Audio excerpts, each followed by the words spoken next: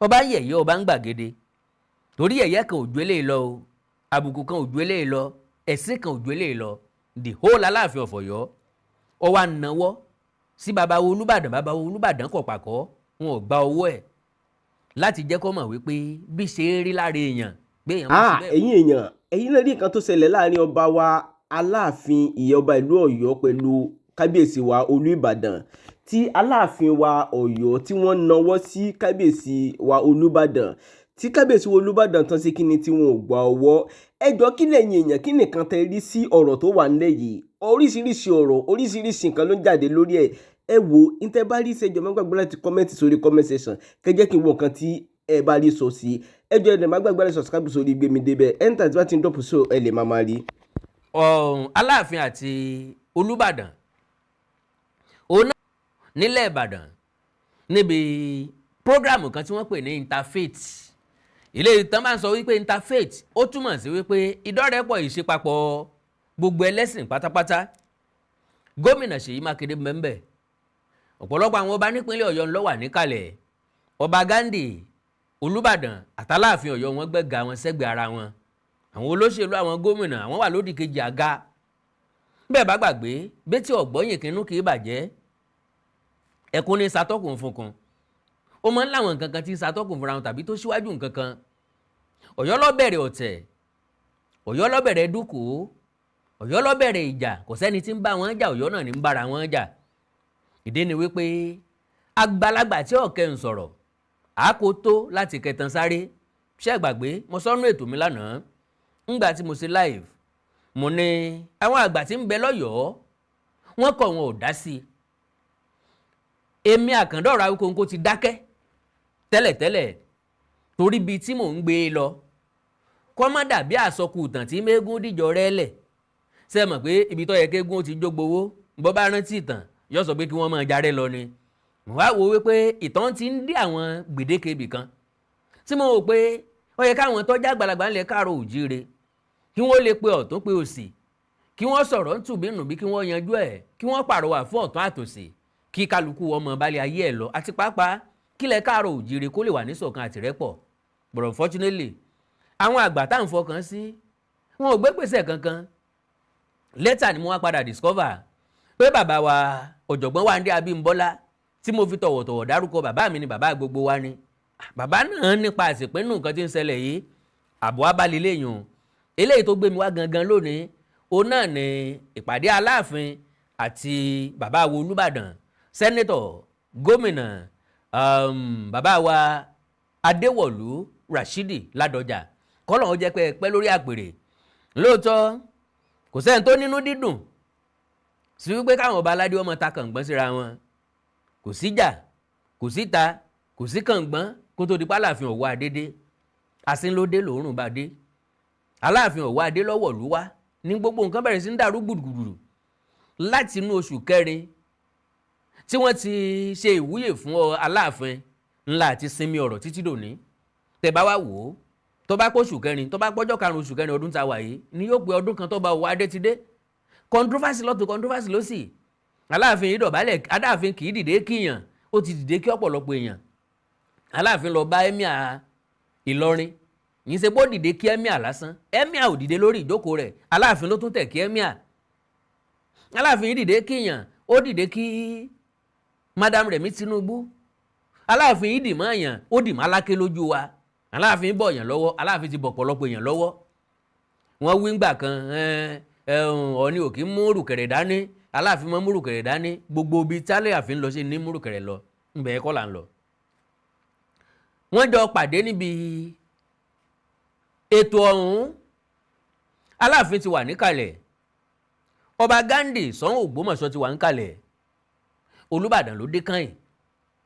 Olúbàdàn lọ káwọn olóṣèlú gómìnà ìpínlẹ̀ Ọ̀yọ́ ẹnjìnà Ṣèyí Mákindé. èmi àtẹnìkan sọ̀rọ̀ kan lónìí ń pé láyé àtijọ́ kábíyèsí ni máa ń sọ ẹni tí yóò jẹ alága ìjọba àbílẹ̀ ṣùgbọ́n lónìí alága ìjọba àbílẹ̀ ni yóò sọ ẹni tá a fi jẹ ọba láàrin ìlú. gbogbo àwọn nǹkan yẹn ti yí papọ̀ mọ́ra wọn irrespective tí ò kórè. àwọn àpèrè kan ń bẹ tó sì ní ọ̀wọ̀ àtàpọ́nlé nínú wọn lọ ni nínú wọn l'Aláàfin nínú wọn l'Olúbàdàn nínú wọn lọ́lá ọwá òbòkun, nínú wọn láláké, nínú wọn láwùjalẹ̀ àti bẹ́ẹ̀ nínú wọn náà ni Ṣọ̀ún Ògbómọ̀ṣọ́, nínú wọn làtáwùjá Òṣogbo, Tìmì Ẹdẹ àti bẹ́ẹ̀ bẹ́ẹ̀ lọ.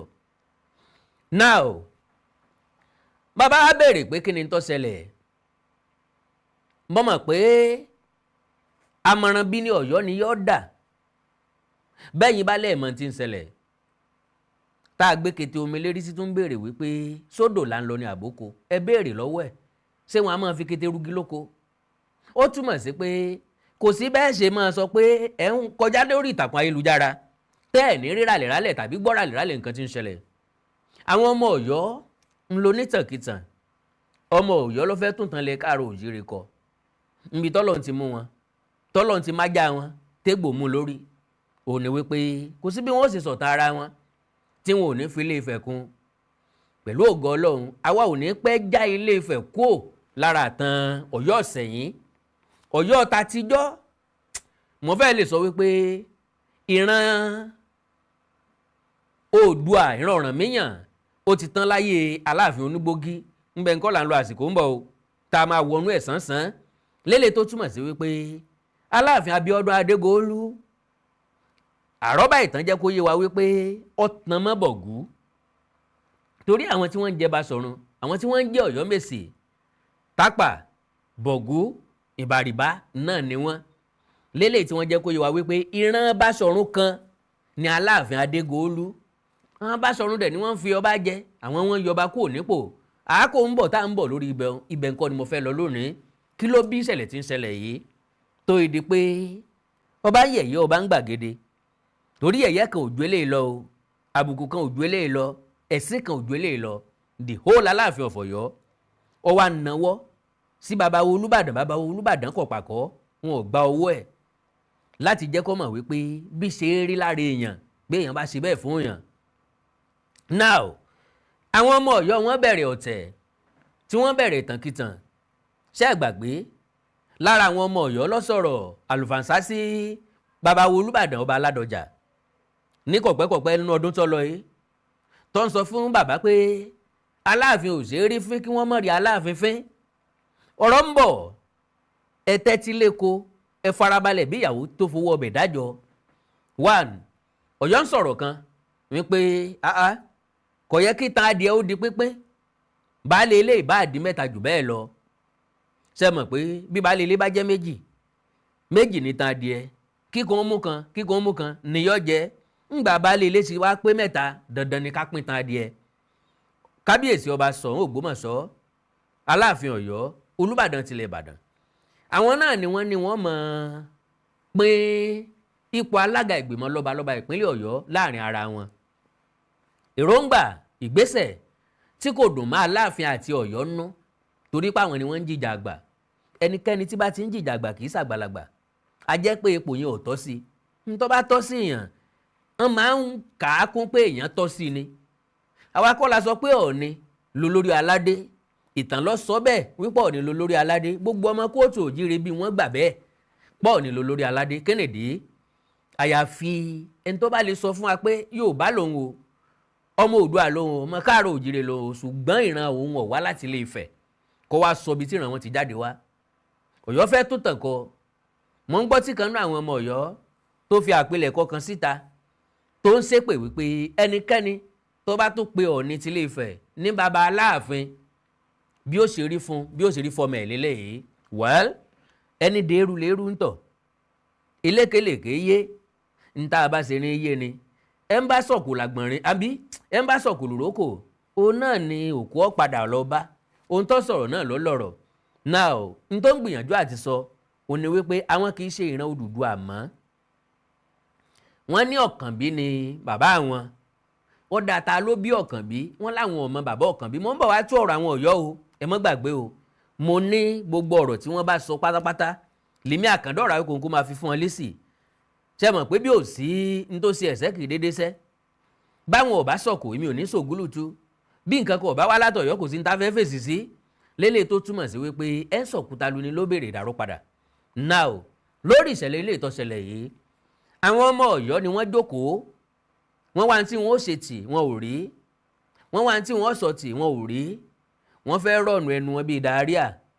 wọ́n fẹ́ rọ̀nù ẹnu wọn bí ẹ̀rọ ọlọ́ta, wọ́n fẹ́ rọ̀nù ẹnu wọn bí jẹnẹrétọ̀. wọ́n ní kò yẹ kí Aláàfin ọmọ bá Olúbàdàn àti Ṣọ̀ún Ògbómọ̀ṣọ́ pín ipò olórí alága ìgbìmọ̀ lọ́balọ́ba ìpínlẹ̀ Ọ̀yọ́ pé bí àrífín ni, torí pé Aláàfin ló fi pé baálẹ̀ ni wọ́n tẹ́lẹ̀tẹ́lẹ̀, Aláàfin ló fi wọ́n jọba. Ìwádìí ìjìnlẹ̀ wá jẹ́ kó yé àwa, especially me, because òpìtàn wọn ń bàdàn tó jẹ́ pé kò sí tàn míì tó ń fẹ́ pamọ́. Ìtàn Ọ̀yọ́ àti Aláàfin ni, báláàfin ṣe jó lórí aládé, báwa tó kù tá ń sọ̀tàn fi jẹ́ aláàlọ́ tá kì í sòpìtàn. ọjọ́ yé wa wípé Aláàfin ló lórí aládé, àti pàápàá gbogbo ohun tá a bá ń sọ ká fi ẹ̀rí báàkì ẹ̀ nídìí. Bí ọba ti sẹ́rí ń bẹ̀ bí ọba ti sẹ́rí ń bẹ̀ àlọ́ là ń pa. Àwa fẹ́ béèrè lọ́wọ́ ẹ̀, òpìtàn wọn ń bàdàn. Ọ̀yọ́ gbà wípé Ọ̀kànbí ló bí Ọ̀rànmíyàn. Dọ́kúmẹ̀ntì wo ló back ẹ̀ up wípé Ọ̀kànbí ló bí Ọ̀rànmíyàn? Ńbo làkọọ́lẹ̀ yẹn wà? Ta ló dọ́kúmẹ̀ntì ẹ̀? Ákáìfù wo náà fi sí? Gẹ̀sẹ́ẹ̀tì wo ló gẹ̀sẹ́ẹ̀tì ẹ̀? So ìwádìí ìjìnlẹ̀ jẹ́ kó yé wa wípé Aláàfin Ọ̀yọ́ ọgbà náà gan-an kò fẹ́ jẹ́ kí wọ́n fi Ṣọ̀ún jọba, kò fẹ́ jẹ́ kí wọ́n sọ Olúbàdàn dọba. Ojú láì nírú ẹnu láì níyọ̀. Ẹ ń bá rẹ̀ kẹ́ ìyàwó ọdẹ, ó yẹ kó mọ̀ pé kan gbọ́dọ̀ tóbi jù kan lọ fún ẹran jíjẹ. Bó bá r'Ògbómọ̀ṣọ́ ọmọ bí development ṣe dé bá Ògbómọ̀ṣọ́ tó, bó bá dé Ìbàdàn ò nídìí kí wọ́n ẹ̀sẹ̀ máa sọ fún ọ. In fact gan, tá a bá fẹ́ sọ ní ti development àti ìdàgbàsókè, Olúbàdàn nìkan ló yẹ kó máa jẹ́ alága ìgbìmọ̀ lọ́balọ́ba ìpínlẹ̀ Ọ̀yọ́ láì sí àìpẹ̀lẹ́ anybody. Because a bá gbé lórí ìdìbò pé ókè o, ẹjẹ́ àdìbò pẹ̀lẹ́kùnjẹkùn o, àwọn ìjọba àbílẹ̀ kí wọ́n dìbò fúnra wọn, Olúbàdàn ni ó máa jẹ́ títí ayé o. Because ìdàgbàsókè tó dé bá ilẹ̀ Ìbàdàn ó kú òní kèrèmí ó times 100 Ọ̀yọ́ Aláàfin òjòpá Ṣẹ̀kẹ̀rẹ̀mọdé ọmọ Àtìbà. Kò yàtọ̀ sábúlé kó lónìí, with due respect I do say it pé èmi gangan fúnra lára mi Ọ̀yọ́ ni mí. Ọ̀rọ̀ ń bọ̀ ń bẹ̀ now because ìdàgbàsókè tẹ́ rò pé ó dé bá Ọ̀yọ́ yàtọ̀ sí normal ìlú. Ọ̀yọ́ wá ṣe fi wé Ìbàdàn. Bàbá la fẹ́ sọ dìjà nísìnyí. Mo sọ bí ọ̀rọ̀ ni o, ká sọ pé ìlú kan lè gbógun sílùú kejì. Ṣé Ìbàdàn tẹ́ rí òun, Ọ̀yọ́ tó ìlú tó lágbára tó lè gbógun sí Ìbàdàn? Ìbàdàn gangan ló protect Ọ̀yọ́. A ti sọ níta ìrísí wa. Ìbàdàn àti Ògbómọ̀ṣọ́ ló protect Ọ̀yọ́. Because Àtìbà ò lè dáfira rẹ̀ jọba. Olúyọ̀lé, Kọ́rúnmí àti Tóyèjẹ, àwọn ni wọ́n protect Ọ̀yọ́. Because a ti sọ láìmọye ìgbà, Ọ̀já tó nílẹ̀ ibi tí Ọ̀yọ́ Ọ̀sẹ̀yìn wà, ọmọ Ògbómọ̀ṣọ́ ló ti wá. Àgọ́ ni wọ́n pa á bẹ̀, oko ni wọ́n ń dá ń bẹ̀. Àtìbà lórí rẹ̀gbẹ̀rẹ̀gbẹ̀ débẹ̀. ń gbó sì débẹ̀ ẹjẹ́ mọ́ pẹ́ mọ́ ń bì yìí. Tí ọba fi tákòókò kan mọ́ ń padà láti lọ gba Ọ̀yọ́ Kàtúngà padà ń ló fi débẹ̀. Bí eré bí àwàdà, wọ́n ní kí Ọ̀já ọmọ gbàlejò, Ọ̀já gbàlejò, wọ́n ní kí Ọ̀já ó sọ́ra fàlejò tó gbà, Ọ̀já ò gbà, Ọ̀já ò gbọ́, Ọ̀já fọkàn tán Àtìbà. Kátó fọ Ọ̀já kú, ẹlẹ́bù tọ́já búrò rẹ̀ òun náà tún ṣe bí ọgbọ̀rún lọ. Àtìbá pa àwọn ọmọ Ọ̀já, ẹ wá ń bì ẹjá fọwọ́sowọ́pọ̀, ẹ ṣe já kọ́kọ́ sọ ìhà yín di Ọ̀yọ́ padà. Ká pé ní Àgọ́dọ̀yọ́, ká sọ àgọ́ yìí ká sọ dọ̀yọ́. Wọ́n sọ Àgọ́dọ̀yọ́, ó promise wọn nípò kan láàrin àwọn Ọ̀yọ́mèsì lélẹ́yìí tó jẹ́ oyè Aṣípa. Now oyè Aṣípa díù lórí bàbá wa Àmọ̀dá Ọlọ́run Òṣèbí, kọ́lọ́run dẹlẹ̀ fẹ́yàn rí. Now láti ìgbà náà Ọ̀yọ́ ọ̀gbà náà ò lágbára mọ́. Ọ̀yọ́ empire táwọn Fúlàní, àwọn Ṣítà, ọmọ Álímì tí wọ́n ti bàjẹ́, tí wọ́n ti dàwó, tí wọ́n má Láàfin Olúewu, tí wọ́n pa Wàrúkúrà Bàrùbá àti bẹ́ẹ̀ bẹ́ẹ̀ lọ. Eléyìí ò ti wó, n ti ń jẹ́ empire ò sí mọ́. Because ọ̀pọ̀lọpọ̀ empire náà ló wà káàkiri àgbáyé tí wọn ò mímọ́, tí wọn ò dẹ̀ pera wọn lé empire mọ́. Ọ̀yọ́ nìkan ló dúró lórí ògo àná. Well, ẹ mọ̀jà aláàgùn jìnnà ògo àná yẹn làwọn ọmọ Ọ̀yọ́ dúró lé lórí n tó bí wàhálà ti ń ṣẹlẹ̀ lọ́wọ́lọ́wọ́ báyìí nìyẹn. Wọ́n ní Aláàfin ò gbọ́dọ̀ respect Ọọ̀ni. Àwọn kan tiẹ̀ ní kò yẹ kán máa lo His Imperial Majesty fún Ọọ̀ni torí pé Ọọ̀ni ò ní empire. Àwọn àgbà Yorùbá wá ní kò sí empire kan tó ju tọ̀yọ́ tí Ilé Ifẹ̀ lọ, kò sí kingdom kan tó ju Ilé Ifẹ̀ lọ. Bọ́mọ ẹni bá dáa ju ni lọ kò sọ wípé ọmọ náà ti di bàbá. Ọ̀yọ́ nìkan ni ó gbà bẹ́ẹ̀. Wọ́n ní bàbá lè ju ọmọ lọ. Ó rèké ńlọ wá ń bí gbogbo ẹ̀sìn àbùkù ẹ̀tẹ́ tó ń ṣẹlẹ̀ sálàfin. Mo mọ̀ pé gbogbo yín lè testify. Nípa kẹ́dọ̀ọ́ra kónkó mo ti sọ gẹ́gẹ́ bí vision síwájú pé chapter lọ̀rọ̀ yìí o. Ńgbà tá a bá fi máa close ẹ̀, iyì àtàpọ́nlé kéèké tó ṣẹ́kù lára Ọ̀yọ́ yóò jó. Iyì àtàpọ́nlé kéèké tó ṣẹ́kù lára Aláàfin yóò di rámọ́tà. Ńlá tí wá ń rí yìí, ìṣẹ̀lẹ̀ tó ṣẹlẹ̀ níbàdàn yìí ńlá ń pè ní tips of iceberg. Ẹjá bèrè lọ́wọ́ ara wa, bí ọba tó ẹ̀rù sẹ́kò tó ṣáájú, káti ẹ̀ sọ wípé ó dá o, Ọ̀yọ́ empire sì wá o, Aláàfin ló fi Olúbàdàn jọba o, ọjọ́ orí ń kọ́, ńbo la fi wọ ọmọlúàbí sí? Kí ni ọba Ọ̀wọ́ adé tí ìgbésẹ̀ ní gbèsè ayé ẹ̀ kí ló tí ì dà nínú tẹ́dà ń dà? Ká tó wá fi wé sẹ́nétọ̀ Adéwọ̀lú Ládọjà, ẹni tí kádà rẹ̀ ọ̀ common, ó ti jẹ sẹ́nétọ̀, ó ti jẹ gómìnà, ó tún wá jẹ Olúbàdàn. Lélẹ̀ tó túmọ̀ sí pé gbogbo téèyàn ń jẹ́ láyé ńlọ jẹ́. Wọ́n bẹ̀rẹ̀ pẹ̀lú ipò mọ́gàjí, ó wá ń graduate tó fi dé balógun tó fi dé kan tó fi padà wá jẹ Olúbàdàn. Eléyìí tó l'achievement. Mo jẹ́rìí wípé ká ní kábíyèsí Ọọ̀ni tilé Ifẹ̀ ló wà lórí ìjókòó tí Aláàfin ń bọ̀ bẹ́ẹ̀, orí ìdúró làwọn méjì máa pàdé ara wọn. Ìṣẹ̀lẹ̀ tó ń ṣẹlẹ̀ jẹ́ ká mọ̀ wípé ìgbéraga tí síwájú ìparun ó wà lára Ọba Akeem Abímbọ́lá Ọ̀wọ́ adé, torí pé kò sí nǹkan tó ní kọ́ba Ọ̀wọ́ adé ọmọ lè dìde láti pàdé Olúbàdàn, ṣùgbọ́n ọ̀tẹ̀ àgbàdo tí ò lè tán nu ọmọ àparò tí wọ́n fọ́n sínú fèrè tí fèrè ń fọ́n síta ló bí gbogbo ìṣẹ̀lẹ̀ yìí. Ẹ wá wo ẹ̀sìn, ẹ wá wo àbùkù. Aláàfin nawọ́, Olúbàdàn owó bẹ̀, Olúbàdàn ò dá lóhùn. Ẹ ti wo fídíò yẹn tẹ́lẹ̀tẹ́lẹ̀, ẹ já tún padà wò ó kó lè wà lákọọ́lẹ̀, kó lè wà on record. God bless you. Greatest Nigerian students. Ibolewa articulate Nigerian students. Greatest gbogbo. Wọ́n wọlé nígbà tí òun sọ̀rọ̀. Ọ̀rọ̀ tí wọ́n láàrin wa ń bí yóò búkọ ní onídọ̀ọ́dì méjì lọ́dọ̀ ìyá o. Greatest Nigerian students. Ibolewa articulate Nigerian students. Greatest gbogbo. Wọ́n wọlé nígbà tí òun sọ̀rọ̀. Ọ̀rọ̀ tí wọ́n láàrin wa ń bí yóò búkọ ní onídọ̀ọ́dì méjì lọ́dọ̀ ìyá o. Iná farabalẹ̀ wo fídíò yẹn, bó lẹ ṣe rí sí? Ó dùn àbí? Àkọ́dá orónú tí kìí dàbí àdágbẹ̀yìn. Àwọn èèyàn kan sọ bẹ́yà ó ṣèèṣì ni, bóyá bàbá wo Olúbàdàn mú bàbá wa mọ̀ọ́mọ̀ ni. Òòrójú tẹ́ẹ̀kùn fi gbé wọlé ni, ó ti rójú olóró sí. Tó ìwọ làbọ̀rọ̀ wa máa nawọ́ kúńtákúńtá arọ́ kan káàkiri bí ọwọ́ elégbèdè lórí ìjókòó ń bẹ̀ without any concern. Kò sí ẹ̀rín, kò sí nǹkan kan akànwá. Èmi ó jẹ́ àkọ́kọ́ nú ọba tí mo máa rí tó tá a máa béèrè wípé ṣé sọ́jà lẹ́ni ni àbí sọ́jà ló yẹ kó máa ṣe. Why, to the best of my understanding, ọ̀pọ̀lọpọ̀ àwọn oníròyìn náà ti ń bèrè lọ gómìnà Ṣèyí Mákindé, gómìnà dáhùn. À ń bèrè lọ bàbá wa Adéwọ̀lú Ládọjà, bàbá lòun ò sọ̀rọ̀. Àwọn èèyàn kan wá ń pè pé wọ́n ń pè fún dialogue. ń bẹ ibi táwọn ọba aládé ń bára wọn lọ yìí kò ní dá o, kò sì ní sàǹfààní kankan fún ilẹ̀ káàrọ̀ òjíire. Èmi wá ní àgbà tí ọ̀kẹ́hùn sọ̀rọ̀ ńlọ ẹ̀sẹ̀ fẹ́ wá kan tán sáré yìí, á sì gbé ń sáré gan.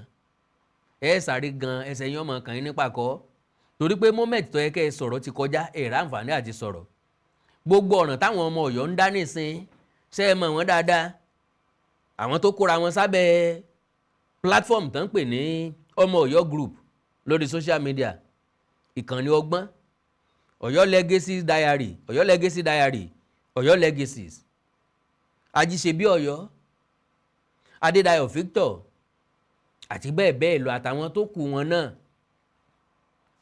Gbogbo wọn ẹnìkan kan lọ́yọ́ ò rí wọn pè sí kọ̀rọ̀, pè wọ́n sí bàbá pé kí wọ́n sinmi ìdúnkokò, kán sinmi tẹ̀m̀bẹ̀lẹ̀kún, kán sinmi wàhálà tẹ́nìkan kò bá wọn fà. Kò wá sẹ́ni tó sọ fún wọn, àìwárẹ̀ èèyàn kankan sọ fún wọn bí wọ́n bá dákẹ́ lọ́la àwa tó kù ní dákẹ́ mọ́, tọ́ra àti fún wọn lórí ọ̀fẹ́ láti sinmi, láti panu mọ́. Ṣùgbọ́n wọ́n rí i gẹ́gẹ́ bí opportunity fáwọn láti jáde bó ṣe wù àwọn. Oríṣiríṣi picture náà ń gbé jáde pẹ̀lú Ọọ̀ni, wọ́n lè bọ́ra wọn hò láì kìí sọ ni. So gbogbo ẹ̀ láfi fún wọn lésì. Well, ìjọba ṣòfin kọ̀ràn kàkọ́sẹ́ tí ó ṣòfin àjẹ́, Àkàndọ̀rà kòǹkò ló kọ́ mi. Pẹ̀lú ògo Ọlọ́run á tún láǹfààní àti tún pàdé títí ìgbà tá pàdé. Ẹ má ṣe tí wọn ò ní ṣe, ẹ má jà, ẹ má fàjàgbé, ẹ má dà lóru. Tògbà adájọ́ má ṣe, asọ̀rọ̀ má yẹ̀, bó bá sọnù ẹja béèrè wọn. Ẹ like, follow page mi lórí Facebook Awikonko TV, ẹ subscribe sí YouTube channel mi Awikonko TV. Ẹ ní nǹkan pàtàkì tẹ́ fẹ́ kájọ sọ ẹja sọ lórí WhatsApp +234 904 851 9362 +234 904 851 9362. Èdè àti àṣà ilẹ̀ káàrọ̀ òjìrì ò ní wọ́ mi o, orílẹ̀-èdè ilẹ̀ káàrọ̀ òjìrì ò ní dàrú, ìlú ẹnìkọ̀ọ̀kan wa yóò tòrò mìíràn. Bẹ́ẹ̀ ilé tí bàbá wa Ládọjà fi dáhùn, ilé yìí náà kù díẹ̀ káàtó. Ṣé mọ̀ wípé ntọ́kọjú sẹ́nìkan ẹ̀yìn lọ́kọ sẹ́lòmíì bí ìlú dòdó la yé rí. Kò sẹ́ni tí ọ̀wá ẹ̀wà entitled sí opinion ẹ̀, ilékelèké yé níta bá ṣe nínú ẹni ní yé ni. Aláàfin tọ́nawọ́ sí bàbá Ládọjà bí wọ́n ṣe dàgbà tó lórí ìjókòó tí ẹ̀ yé. Bàbá Ládọjà tí ò sì gba owó náà tí bàbá yé bàbá. Ìbùkún ni fẹ́ni tó fọ̀bọ̀ lọ̀yàn, ìgbé ni fẹ́ni tó gbà á. Lélẹ̀ tó túmọ̀ sí wípé kálukú wọn ló right on their own. Ṣùgbọ́n lójú ìwòye àwa èèyàn, àwọn tó rọ̀ǹgì ẹni tó right lójú ẹnì kọ̀ọ̀kan wa. Lójú àwọn kan Aláàfin right, Olúbàdàn rọ̀ǹgì, lójú àwa kan Olúbàdàn right, Aláàfin rọ̀ǹgì. Ṣùgbọ́n ikọ̀ kan ń bẹ láàrin wa tó yẹ pé káti ẹ̀ tó sọ gan wọ́n ti mọ ibi tá a fì sí. Wọ́n á ní kò kúkú fẹ́ràn Aláàfin tẹ́lẹ̀, kò kúkú fẹ́ràn Ọ̀yọ́ tẹ́lẹ̀. Meanwhile èmi tí wọ́n ń pè wọn fẹ́ràn Ọ̀yọ́ yìí gangan lọmọ olójúlówó ọmọ Ọ̀yọ́ tí wọ́n ń pè lọ́yọ́, yàtọ̀ sáwọn bọ̀gú tó gbalẹ̀ máa lọ́wọ́ tán ti lu Ọ̀yọ́ pa nísìnyí. Now tẹ́ bá rí àwòrán tí mo fi hàn, ẹ rí wípé eléyìí ò portray ẹnikẹ́ni tó wù kó gbé àwòrán yẹn jáde gẹ́gẹ́ bí ọmọ kóòtù òjíire bí gidi láti pe adúrú bàbá Ládọjà nírú báhùn, láti sọ̀rọ̀ tó tóbi tó báhùn sírú bàbá Ládọjà. Ó kù díẹ̀ káàtó, ó kù púpọ̀ káàtó. Well, mo sọ gbólóhùn kan nínú àwọn ètò mi, mo ní èsì ń jelégbò kò sẹ́ni tó rí nǹkan kan sọ. Ajíṣebí Ọ̀yọ́ yìí wà nínú àwọn ìkànnì, nínú àwọn social media platform tí mo dárúkọ rẹ̀, tí mo dárúkọ wọn wípé tó bá jẹ́ pé àgbà ṣẹ́kù lọ́yọ́ kí wọ́n fi wé ọmọ mọ́ wọn létí, but very very unfortunate. Irú ròǹbòrùn, irú aṣọ okòntilé, ìkan ògbé kan gbogbo wọn eégún ilé lábala, ìkan ògbé kan ọmọ bá ń tálẹ́, ìkan ń jẹ́rú èkejì ń jẹ yẹ̀pẹ̀. Epo ẹ̀pà òṣùwọ̀n àti mọ bọ́mọ inú ẹ̀ ti rí. Ṣé mọ̀ pé bọ́mọ ọjọ́ ṣòkòtò yọjọ́ kíjìpá? Ìríta rí àwọn lóde àti mọ báwọn bàbá wọn nù lè ṣe rí. Ìdí ni pé ọ̀pọ̀ nínú àwa tá ń sọ̀rọ̀ lórí ọ̀rọ̀ Ilé-Ifẹ̀ àti Ọ̀yọ́, lórí ọ̀rọ̀ Ọọ̀ni àtàláàfin, ìtàn làwa ń sọ. Kò sí nínú wa tí ń ṣépè fún ẹnìkan. Kò sẹ́ni tó lè gbọ́ bí tí mo ti ṣépè fọ́wọ́ adé rí. Kò sẹ́ni tó lè gbọ́ bí tí mo ti ṣépè fọ́ba kankan rí. Ìtàn lèmi ń sọ. Mo wá lè mọ́ sọ̀tàn tí ó fi fọ yín o, eléyìí ọkàn mi, ṣùgbọ́n tàn yín sáà ni. Because gbogbo empire arọ́ tẹ̀ ń pariwo yìí, ìran wo lọ́tọ̀ ọmọ ìyá ẹ̀ lẹ́rú tó Ọ̀yọ́? Kò sí ìran tọ́tọ̀ ọmọ ìyá ẹ̀ lẹ́rú tó yín. Now empire ǹjẹ́ ẹ mọ iye ìgbà tó gun ti tú Ọ̀yọ́ ká? empire yín strong ni wọ́n fogun tún yín lọ́tún náà fogun tún yín lọ́sì náà ń lé àwọn ọba yín kúrò láì mọ iye gbà ó ní iye ọdún tọba yín ló ń bọ̀gú ó ní iye ọdún tẹ́ lò ń bọ̀gú ó ní iye ọdún tẹ́ lò ní gbòho ẹ kàn ń sá káàkiri ẹ di alárìn kiri ẹ dẹ̀ sọ pé ní empire kí wá ní capacity empire yín ọdún mélòó ló fi rule kí láǹfààní empire ọ̀hún. Now àwa ń sọ̀rọ̀ bíi táyé dé lónìí ìwà ń refer sí empire of medieval era empire tó ti ṣubú láti 1835 ẹ wá fi ń wé nǹkan tí ń ṣẹlẹ̀ lọ́dún 2026 sẹ́yìn náà ò rí pẹ́yìn lẹ wà àwa sẹ́yìn lọ́kọ yín bíi tirẹ̀ torí pẹ́yìn ẹ̀yìn lẹ fi ń rìn bíi tọ̀fàfà. Now ìṣẹ̀lẹ̀ ọ̀hún wá ṣẹlẹ̀ bàbá wa Ládọjà òkókó ní wí nǹkan kan bó tiẹ̀ jẹ́ pálàfin náà sọ̀rọ̀ ṣùgbọ́n ní àná kù mọ́ mẹ́fà tó nìkan kan ò dùn bẹ̀ ara ẹ̀ lọ́wà torí pé ẹni àná lára ń ta lóòótọ́ ẹni ara kan ní jíjó awo kò sẹ́ni tí wọ́n búyà bú bàbá rẹ̀ tí ọmọ bóyin Yorùbá lẹ́ńtà bákì tí ọba náwó bí wọ́n bá ń bú bàbá la bàbá rẹ̀ rìn ní òkè bọ̀nù ẹni wọ́n bá ń bú bàbá ẹ̀ tí ń bóyin kẹ bí ọba lọ́wọ́ kan àbòdínú ó ti dé dìdìrìn àgbáńtí ẹnu ó di kán máa gbé yálé oníwíwò káàkiri tàbí kí wọ́n mọ̀ wípé ojúlówó ọmọ àlè ni. So mo kí ẹ̀yin Ọ̀yọ́ tẹ́ ẹ sọ̀rọ̀ ọkàn wá jẹ́ pé gbogbo ìgbà tẹ́ ẹ bá ní kẹ́ ẹ sọ̀rọ̀ ìgbésí ayé yín ò kì í yàtọ̀ sí àáyá tó lòun ó figi tójú ọmọ òun ṣe tó kigi bọ̀ lójú tó fọ́ pátápátá. Ọ̀pọ̀lọpọ̀ ìgbà tẹ́ ẹ bá ní lọ́kàn láti gbèjà Ọ̀yọ́ tàbí gbèjà Aláàfin yín ṣe lẹ máa ń padà fọ́ gbogbo ọ̀rọ̀ lójú ẹ̀sìn àtàbùkù lẹ máa ń padà kó bọ́ba yín. Ṣé ẹ gbàgbé àsọtẹ́lẹ̀ mi immediately tá ti bẹ̀rẹ̀ ọ̀rọ̀ yìí mo nígbà tá a bá fi fulẹ̀ rẹ̀ ẹ rí i pé iyì kékeré tó ṣẹ́kù lára Aláàfin ọ̀wọ̀ àtàpọ́nlé bẹ́ńtẹ́ tó kù lára Ọ̀yọ́ mo ní yóò ti jó tán kẹ́ tó realize ẹ̀pá ò sì ní bóró mọ́ aṣọ ò ní bọ́mọ yẹ mọ́ torí pé ọmọ yẹn yín ti rìn òwò ọjà already èébú àtìpìlẹ̀ ń ṣẹ́ fáwọn àgbàlagbà. Now ẹ jẹ́ kí n wá àpilẹ̀kọ tó mú mi wá gangan the meeting is up jẹ́ wà àwòrán yẹn the meeting is up Rashidi Ládọjà ilé ìkọ́ Rashidi Ládọjà a fool at 80 kọmọlúàbí kan sọ bẹ́ẹ̀ sádúrú bàbá ilé yìí bàbá tó ti wálé ayé tó ti ráyé wá bàbá tó rílé ayé gbé tó ráyé lò bàbá tó rílé ayé ṣe bàbá tó ń da tó tọ́ da ti gbogbo tí kádàrá sọ pé ó wá dà láyé bàbá tó jẹ́ tí àyànmọ́ ní kó wá jẹ́ bàbá téèyàn fi tọrọ kó jẹ́ bàbá ẹni bàbá téèyàn fi tọrọ kó wá láti ìdílé ẹni bàbá téèyàn fi tọrọ kó wá látàgbólé ẹni kọ́mọ kan wá lanu pọ̀n gàlà kẹ́ wá sọ fún mi pé ọmọ káàárọ̀ òjíire bí nírú ọmọ bẹ́ẹ̀ ẹ mọ̀ pọ́ máa lé ní ẹ mọ̀ páwọn àdàmọ̀dì tí wọ́n rò papọ̀ mọ́ Ọ̀yọ́ àwọn ni wọ́n ń jẹ́ jáde díẹ̀díẹ̀ hùn òótọ́ ọ̀rọ̀ mi ṣẹ̀ṣẹ̀ ń jẹ́ jáde ni ẹ fi mọ̀ wípé àwọn tí ń bẹ́ẹ̀ wọn ò relate mọ́ wa by blood ẹ̀yà míì ni wọ́n so kò sí bí wọ́n ṣe fẹ́ fẹ́ràn wa olórí burúkú ìfẹ́ràn olóríire náà wẹ̀ jẹ́ ká gbọ́ the meeting is up Rashidi Ládọjà a fool at 80 a recent incident at an interfaith gathering in Ibadan has left the people of Oyo talking. Rashidi Ládọjà was seen ignoring Alaafin ikú bàbá Yeye's handshake. Who is Alaafin? Ta ló ń sí Olubadan tó fi wà lórí ìjókòó tí náwó sí yàn. Does it make any sense?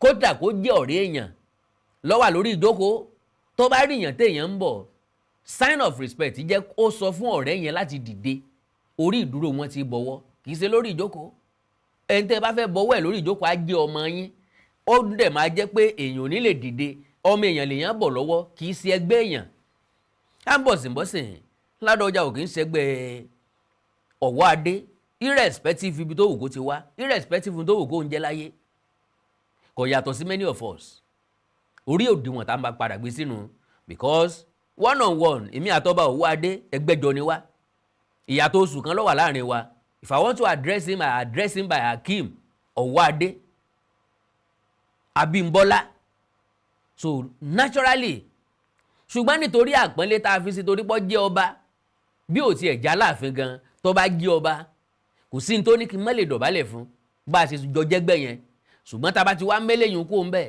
ká gbé sí neutral level ká sọ̀rọ̀ síra wọ̀ ní neutral ground. Now ká wá fi wé bàbá tó ti lé ní 80 torí Rashidi Ládọjà kì í ṣe ẹ̀gbọ́n sírò wa bàbá wọn jẹ́ wọ́n ti bírú wa mọ́ wọ́n ti sùúrù wa mọ́ wọ́n ti tọrú wa mọ́tọ̀ láìmọye ìgbà ẹnìkan wá lánú pọ̀ngàlà kọ́ wá sọ bẹ́ẹ̀ sí Ládọjà. So who is by far okay ibi tí mo ń lọ rèé o Rashidi Ládọjà was seen ignoring Alaafin's ikú bàbá Yeye's handshake, who is by far his superior and leader. Ta ló sọ fópònú yẹn bẹ́ẹ̀ wípé Ọ̀wádé wà superior than Ládọjà bóyá ojú àlá ni wọ́n wà kán ó tètè jí àìtètè jí ló mú wọn wà lẹ́yìn. So Ládọjà who failed as a governor, mi ò mọ̀ bí Ládọjà ṣe fail as a governor o bóyá kó ń tàn ó padà elaborate ẹ̀ bóyá kó padà expatiate ẹ̀ kó jẹ́ kó yé wa dáadáa.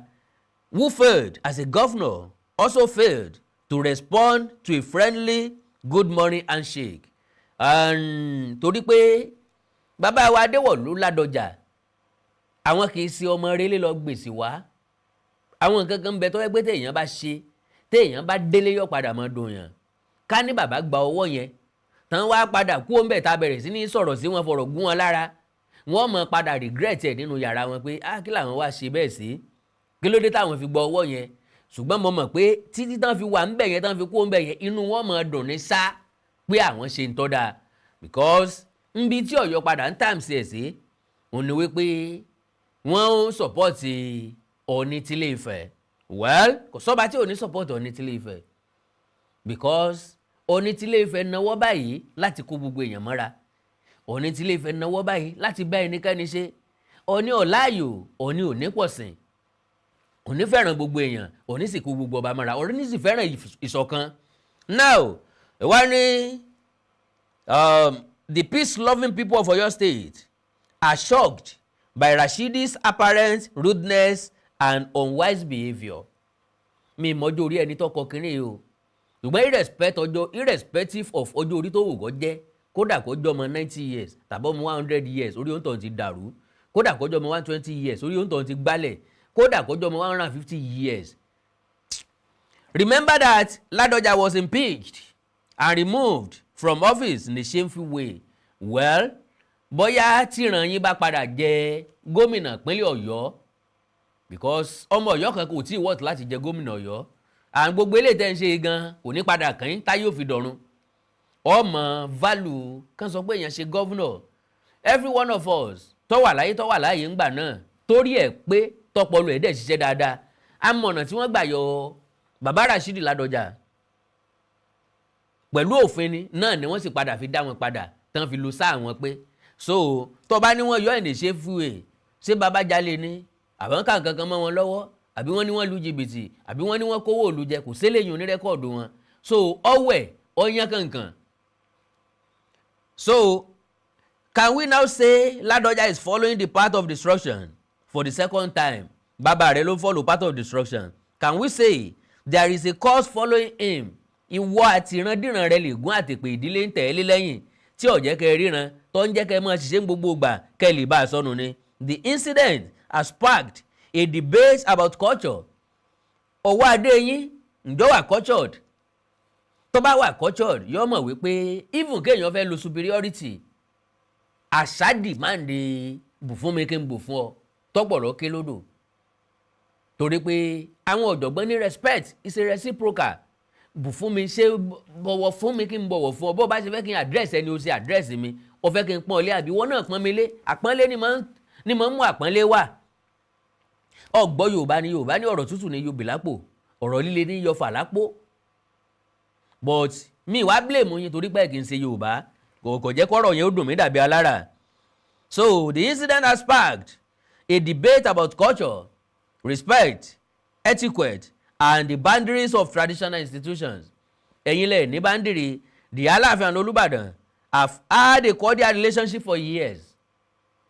Alaafin èwo ni Olubadan èwo ni Alaafin tí ń bẹ ńbẹ̀ yìí àti Olubadan eléyìí ni ńbo ni wọ́n ti jẹ yẹn kan gbá kí ni ìpàdé ọlọ́jà àtàsínwín wọn ìṣẹ́gbẹ́ kò sí tí ó pa wọ́n pọ̀ jù pàdé lọ́ba lọ tó bá wáyé So what are you talking about? The fabric that forms Ìbàdàn is Ọ̀yọ́. Ta ló sọ fún ọ bẹ́ẹ̀? Ọmọ Ọ̀yọ́ wà ń Ìbàdàn ni, kì í sọ ọmọ Ọ̀yọ́ lọ fún ọmọ Ìbàdàn. Àwọn jagunjagun alágbára láti ilẹ̀ gbogbo ilẹ̀ káàrọ̀ òjìrè ni wọ́n sora wọn pọ̀ pọ̀ tó ń jẹ́ Ìbàdàn. Àwọn alágbára lọ́wọ́ ara wọn jọ bí ìgbà tọ́dẹ bá ń sìn bí ìgbà tọ́dẹ bá ń sípa ọdẹ ni.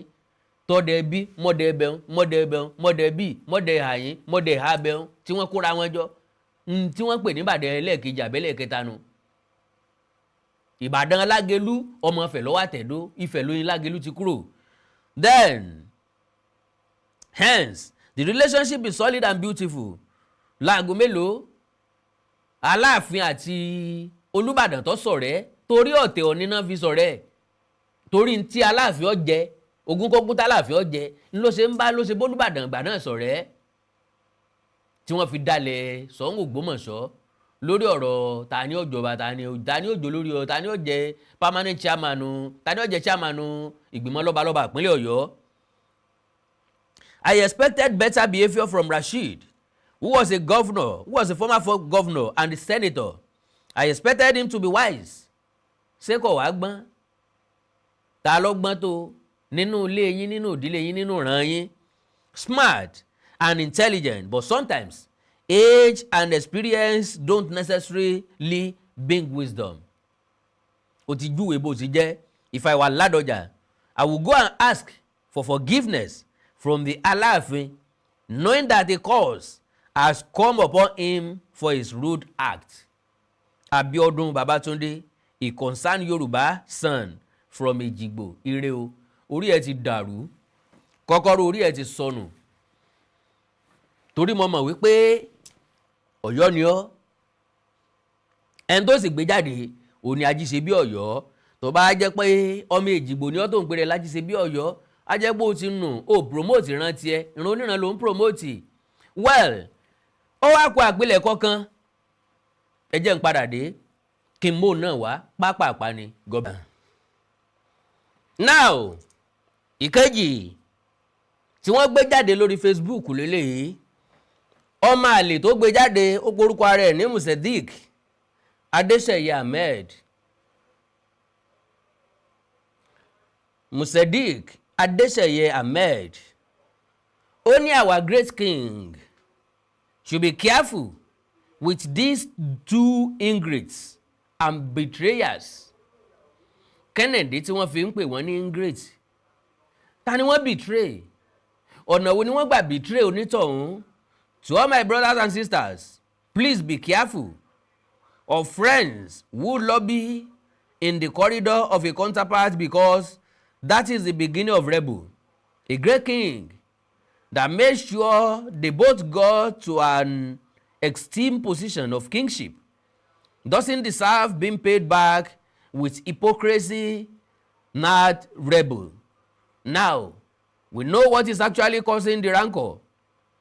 On switching chairmanship of traditional rulers council in Oyo State, which has never happened in any other Yoruba state, when an outsider instigates you to rebel your master and friend, then you should know you are in for the worst. Alaafin ò ṣe é rí fín. Okay, gẹ́gẹ́ bí ẹni tí ó sọ̀rọ̀ yìí tọkọ, ó ní tí àjèjì bá ti instigate wọn against ọ̀gá wọn, gbogbo àwọn nǹkan yìí ló máa bí àwọn ọ̀rọ̀ míì tí ó máa padà jáde nípa pé Aláàfin ló dé Ṣọ̀ún ládé, ló dé Olúbàdàn ládé àti bẹ́ẹ̀ bẹ́ẹ̀ lọ. Ọ̀rọ̀ jáde lórí ẹ̀, kì í ṣe lórí eléyìí ni ó ti jáde ni, torí pé bẹ́yẹ bá ṣe fò láṣẹ sọ̀kọ ẹ̀, bọ́mọ bá ṣe rìn láṣẹ sànà ẹ̀, bọ́rọ̀ bá ṣe wá láṣẹ sọ. Ká má dá lúrúpọ̀ mọ́ sàpà. Ẹ mọ̀ mí pé ètò bí ọmọ yẹn gan ni mo ṣe nǹkan tèmi. Tó ì jẹ́ pé bá a bá fi táìtù sí, ẹ ti mọ̀ pé n tá a fi ibẹ̀ lè bá. Ọ̀rọ̀ ń bọ̀ lórí àwọn ọ̀rọ̀ táwọn ẹni sọ. Wọ́n fún wọn lésì specially, mo fún wọn lésì collectively lélẹ́yìí. Àkàndá ọ̀rọ̀ Awíkonko, Àjàó ọ̀rọ̀ Awíkonko aṣọ lójú ọlọ́rọ̀. Àwọn ọmọ Ọ̀yọ́ tàbí àwọn tí wọ́n pera wọn lọ́mọ Ọ̀yọ́ ẹ bá ń béèrè lọ́wọ́ wọn. Mo rí gbogbo ibi tán ti ṣépè fún mi o, mo rí gbogbo ibi tán ti ń bú mi, tán ti ń sọ oríṣiríṣi nípa mi nǹkan nǹkan. Àwọn tán láwọn ń wádìí nípa mi, tán bá rí ìdí nípa mi ní tí wọ́n ó fi ṣe mi tí mọ́. So mo rí gbogbo nǹkan tí wọ́n ń ṣe, gbogbo agbára tán ń sà, gbogbo ipá tán ń sà. Ṣùgbọ́n ẹ bá ń wí fún wọn, ẹ bá ń béèrè lọ́wọ́ wọn wípé iná tí wọ́n ń dá yìí ṣé wọ́n ní tí wọ́n ò fi sun kí wọ́n má bàa fi sunra wọn. Omi ìjà tán fẹ́ gbé kaná yìí sára ń ro wọ́n fẹ́ fi mọ́ra ni, àbọ̀n fẹ́ fi po tí àbọ̀n fẹ́ fi pò kọ́, àbọ̀n fẹ́ fi tẹ̀bà, àbọ̀n fẹ́ fi rùmọ̀là. Ẹ bá ń béèrè lọ́wọ́ wọn. Dáná ogun dáná ọ̀tẹ̀ kìí ṣe náà rẹ̀, iná ogun tí wọ́n wá ń dá yìí ṣé wọ́n rẹ́dì láti yá?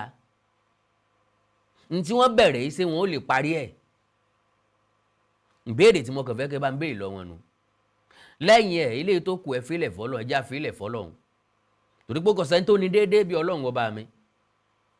ń ṣe báyìí lọ́la, ń ṣe báyìí lọ́túnla, èmi ń bẹ ní o, Ọlọ́run fún wa lórí ọ̀fẹ́ ní o. Ká má sọ pé báyìí láṣẹ mọ́. Ẹjá kàn mọ́ ká mọ́ tó bọ̀ bá ṣe ń tó bọ̀, ká mọ́ bá bọ̀ bá ṣe ń bá bọ̀. Àkàndọ̀ ọ̀rọ̀ Awíkonko, àjáwọ̀ ọ̀rọ̀ Awíkonko sọ̀rọ̀ lójú ọlọ́rọ̀. Well, ṣé kí n sọ ni àbí n má sọ? Mi ń bá sọ bí ìgbà tí mò ń cheat ara mi ni, because àmọ́ ìgbà tí wá lórí ọ̀rọ̀ generator mi. Mo ti sọ bí àìmọye ìgbà sẹ́yìn, but bóyá torí pé kò sí response dàbí alára, àwọn èèyàn kan dìde o, àwọn èèyàn kan ò dìde o. Bóyá torí pé kò sí response dàbí alára ni ò jẹ́ kó yá mi lára láti sọ mọ́. But so far so good. Nínú 3.6 million naira, mo ti níbi 2.1 million naira. That means mo need 1.5 million naira láti ra generator 3.6 million naira tó máa lè gbé sí méjì at least, tí ó dẹ̀ lè gbé àwọn gadget mi. Mi ń bá wá lè rà yún, tí ń bá wá lágbára láti rà jù bẹ́ẹ̀ lọ, ó ní 4.8 million naira wà nílẹ̀ tó máa serve mi dáadáa. Ṣùgbọ́n ẹ jẹ́ kí n kọ́kọ́ dúró lẹ́gbẹ̀ẹ́ Gbagede náà. Bọ́lọ̀ ń bá fi sí yín lọ́kàn tó wù yín tẹ́ fẹ́ support mi lé lórí, ẹ já sọ̀rọ̀ lórí WhatsApp kí n fún yín láka nọ́mbà tẹ́ fi sí +234 904 851 9362 +234 904 851 9362.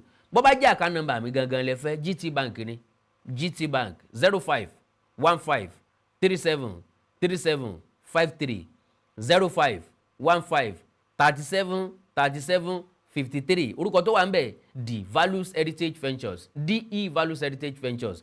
Àmì olórin ní fi sílẹ̀ o. Ọ̀pọ̀lọpọ̀ ọ̀rọ̀ ń bọ̀ pẹ̀lú ògo Ọlọ́run lórí ọ̀rọ̀ Ọ̀yọ́. Tẹ́ bá sọ pé èèyàn fèsì nǹkan squally, mo fẹ́ fèsì Ọ̀yọ́ àti Alaafin squally. Lóòótọ́ wọ́n ń ṣépè fún mi tí n bá sọ̀rọ̀ ìgbà dógóje, bó ṣe máa rí fún mi leléyìí, bó ṣe máa rí fún ọ leléyìí, ní tí ó ṣẹlẹ̀ sí ọ leléyìí. Mò ń dóde wọ́n lágbára Ọlọ́run. Kíkọ́ ọmọ pa wákàtí ìsọmọ sí wa lọ́jọ́ àtàwa àtàwọn kájọ fa ìkú dẹ́gbẹ́ra ká lè bá àjọ pẹ́pẹ́pẹ́. Àánú Olódùmarè ò ní fi sílẹ̀ o. Ẹ like, follow page mi lórí Facebook Awíkonko TV. Ẹ subscribe sí YouTube channel mi Awíkonko TV. Ẹ ní nǹkan pàtàkì tẹ́ fẹ́ kájọ sọ, ẹ já sọ lórí WhatsApp +234 904 851 9362 +234 904 851 9362. Èdè àti àṣà ilẹ̀ káàrọ̀ òjìrì ò ní wọmi, orílẹ̀-èdè ilẹ̀ káàrọ̀ òjìrì ò ní dàrú, ìlú ẹnì kọ̀ọ̀kan wa yóò tòrò mìnìmìnì.